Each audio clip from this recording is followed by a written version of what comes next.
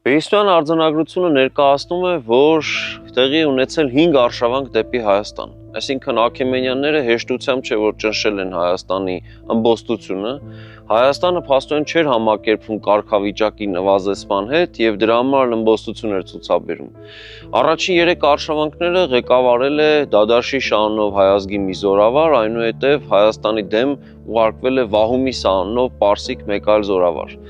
Եվ այս արշավանքները միայն վերջում փաստորեն հաջողություն են բերել Դարեհին, չնայած իր արձանագրության մեջ Դարեհը նշում է, որ բոլոր արշավանքներն հաջողությամբ են ավարտվել, բայց անտրամաբանական է, եթե հաջողությամբ ավարտվեին, ինչու պետք է նորից նա արշավանք կազմակերպեր։ Եվ շատ հետաքրքիր է, որ վայրերի հիշատակությունը, ճակատամարտերի վայրերի հիշատակությունը եւ տեղագրության կազմումը մեզ տալիս է մի ուշագրավ պատկեր, որ Հայաստանի հարավային սահմանը պետք է ավելի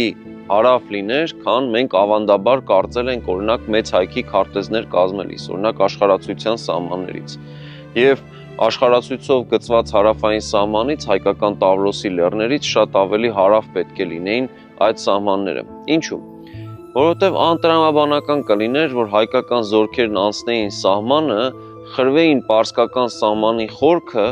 եւ այնտեղ նոր ճակատամարտ տային պարսկական բանակին։ Բնական է, որ պետք է գործողությունները տեղի ունենային կամ անմիջապես սահմանագծին մոտ, կամ Հայաստանի տարածքից ներս, եթե մենք դիմադրում ենք, պաշտպանվում ենք օկուպացիոն բանակից։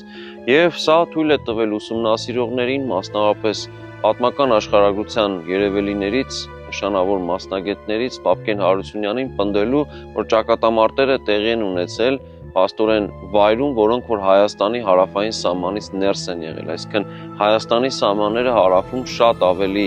ընդարձակ են եղել, քան ավանդաբար պատկերացրել են պատմաբանները։ Նախագծի գլխավոր գործընկերն է Կոնվերս բանկը, ֆինանսական աշխարհի ձեր հուսալի գործընկերը։